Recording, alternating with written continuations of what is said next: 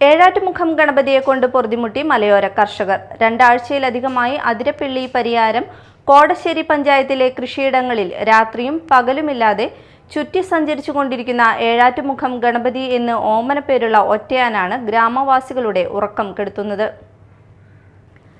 കാർഷിക വിളകളായ വാഴ, തെങ്ങ് മുതലായവ നശിപ്പിക്കുന്നത് ആനയുടെ വിശപ്പ് തീർക്കുന്നതിന് വേണ്ടിയാണെങ്കിലും പകൽ സമയം റോഡിലൂടെയുള്ള സഞ്ചാരം അമ്മമാരെയും കുട്ടികളെയും ഭയചകിതരാക്കുന്നു.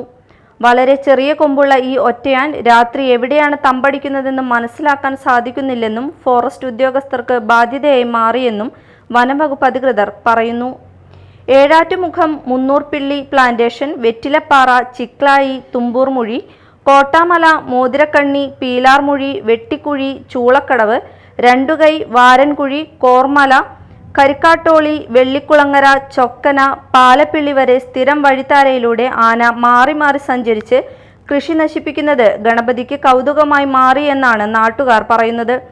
ജനങ്ങളുടെ ജീവനും സ്വത്തിനും നിരന്തരം ഭീഷണിയായി മാറിയിരിക്കുന്ന ഈ ആനയെ പിടികൂടി കൊടും വനത്തിൽ കൊണ്ടുവിട്ട് മനുഷ്യജീവനും സ്വത്തിനും സംരക്ഷണം നൽകുവാൻ നടപടി സ്വീകരിക്കണമെന്ന് Pariyaram block Congress committee president MT Davis, general secretary KM Jose എന്നിവർ ചാലക്കുടി DFO M വെങ്കടേശ്വരന് നൽകിയ നിവേദനത്തിൽ ആവശ്യപ്പെട്ടു.